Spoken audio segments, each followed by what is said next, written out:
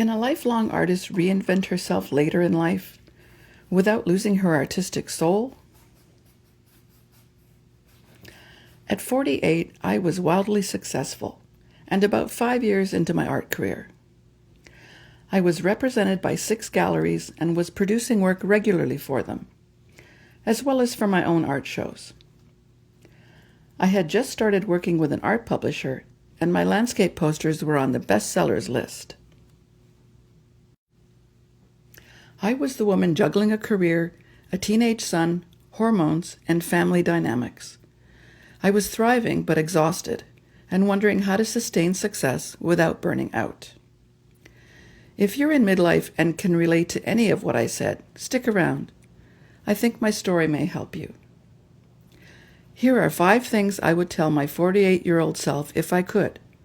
And actually, I'm giving you a bonus tip, a number 6, so stick around and watch to the end for that. Number 1, put your oxygen mask on first. We've all heard this at some point, but I really wish I could go back and insist my 48-year-old self do this. Back then, life was very full and hectic. I was running a full art business from my home while running the household and raising a teenage son. I would paint late into the night, then wake up early to pack lunch and answer gallery emails before I walked my son to school. There were family dynamics to deal with and toxic situations to handle. For some reason, I believed that I had to do it all perfectly, and everyone's needs came before my own.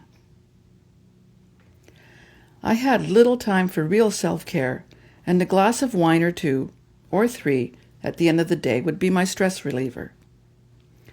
I was going through perimenopause, but it wasn't talked about then, and my doctor dismissed it. It wasn't until years later that I realized that I needed to protect my energy and take care of myself first. You cannot pour from an empty cup. If any of this resonates with you, I'd love to hear from you. Please comment below with what you'd tell your younger self.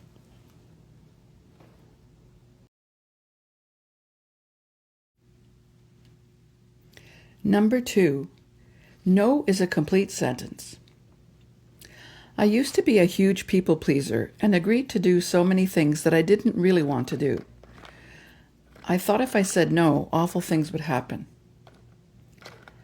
I remember agreeing to an art show that I didn't really want to do, but an artist friend insisted that I had to be there for exposure.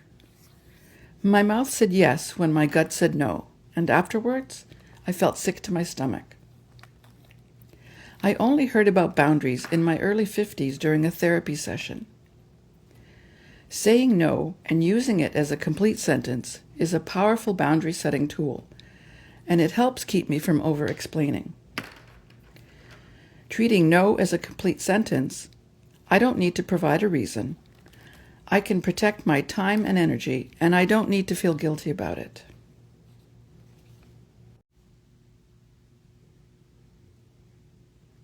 Number 3, believe in yourself. You're stronger than you think, and you can do a heck of a lot more than you give yourself credit for.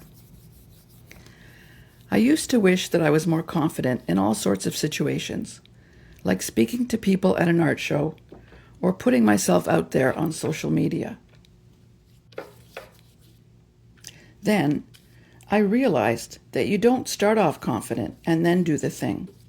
You do the thing, which makes you more confident. Do you want to start a new hobby or a creative endeavor of some sort? Believe in yourself. Believe that you can do it first and then go and do the thing. Amaze yourself.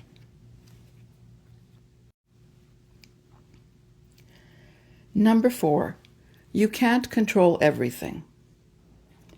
Full disclosure here, I used to be a bit of a control freak. I was always trying to control outcomes, events, and situations. At some point, I made the realization that I really have no control over anything. What I do have control over is how I react to things. The only control I have is over my reactions, my actions, and my choices. That's it. I have no control over external events or other people's actions. Once I realized this, life became easier and less stressful. I'm curious, which of these lessons feel most relevant to you right now? Share in the comments. I read every one.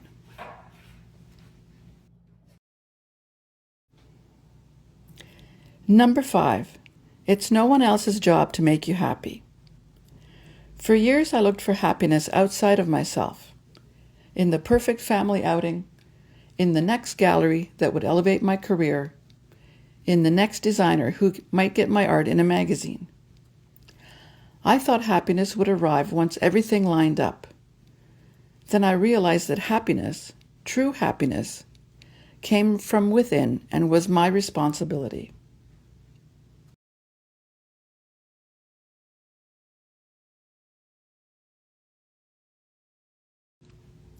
And now here's my extra lesson. I'm so happy that you stayed till the end, because I think this may be the most important thing I'd tell my 48-year-old self. Number 6. Forgive yourself. Forgive yourself for not knowing earlier what only time could teach. You did the best you could with what you knew at the time. Forgiving your past self also means recognizing how unfair it is to expect that earlier version of you to know what you know now. We're all just learning as we go. When I look back, I try to think about my younger self the same way I would think about a good friend. Someone doing the very best she could with the life experience she had at the time.